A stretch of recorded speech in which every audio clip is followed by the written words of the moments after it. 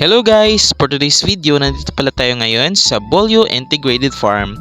Nandito tayo ngayon para makulayan ng isa sa mga plano ng former advisory ko noong nakaraang school year. Wala naman talaga sa plano pero minsan talaga kung ano pa ang mga hindi pa pinaplanuhan ng maayos, iyon pa talaga ang mas natutuloy. So, syempre, naganda rin kami ng mga pagkain para sa simpleng outing nito pero hindi ko na ipinakita at ipinost ko na lamang noong nakaraan. So, aliw na aliw talaga ako dito at maging yung mga estudyante ko sa paglilibot sa buong paligid dahil nagkataon talaga na walang katao-tao ng mga oras na ito. Kaya nga, nasolo talaga namin ng ilang oras ang swimming pool. So makikita mo talaga ang napakalinis na tubig sa pool at pang aesthetic talaga ang mga view na talaga namang Instagrammable, 'di ba? 'Di ba guys? So meron silang mga gazebo at tent na pwede niyong pagtambayan at lugar din para sa iyong mga pagkain at mga gamit. So ayun, makikita mo talaga na napakalinis ng lugar. So wala ka talagang makikita na isang kalat. So napakaganda talaga para mag-relax. So, masarap talaga sa mata. So, meron sila ditong mga pangmalakihang tent o lugar para sa inyong buong pamilya. So, may kita mo talaga na napakaganda ng view. Dito naman sa bahaging ito is meron kang makikitang fish pond at boat na pwede kang sumakay at mag-enjoy. Dito naman sa part na to, makikita mo yung lemon tree. So, makikita mo talagang meron siyang bunga na pakarami.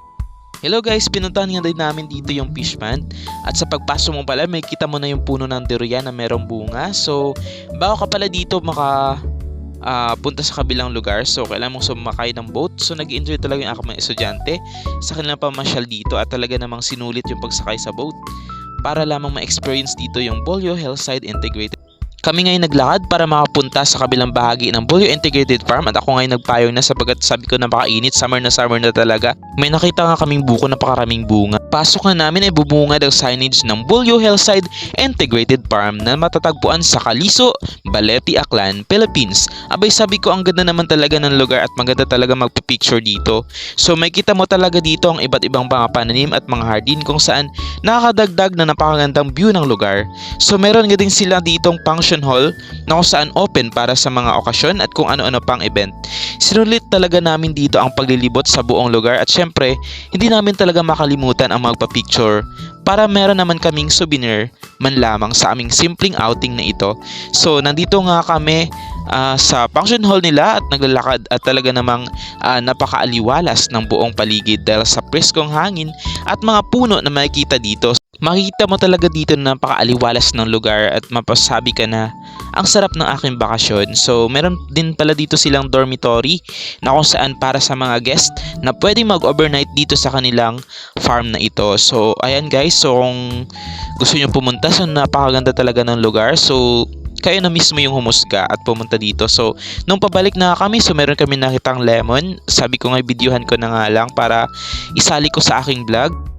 Itong view naman sa taas na bahagi kung saan makikita ang napakagandang view ng swimming pool sa ibaba na kung saan nakakaengganyo naman talaga ang maligo dahil sa napakaganda nitong swimming pool at napakalinis. So ina-recommend ko talaga dito guys na pumunta kayo kasi napakaganda talaga ng kanilang view. So napaka-aesthetic, napaka-instagrammable. So kapag meron kayong oras guys, punta na kayo sa Bolyo Hillside Integrated Farm. Thank you guys for watching. Bye bye!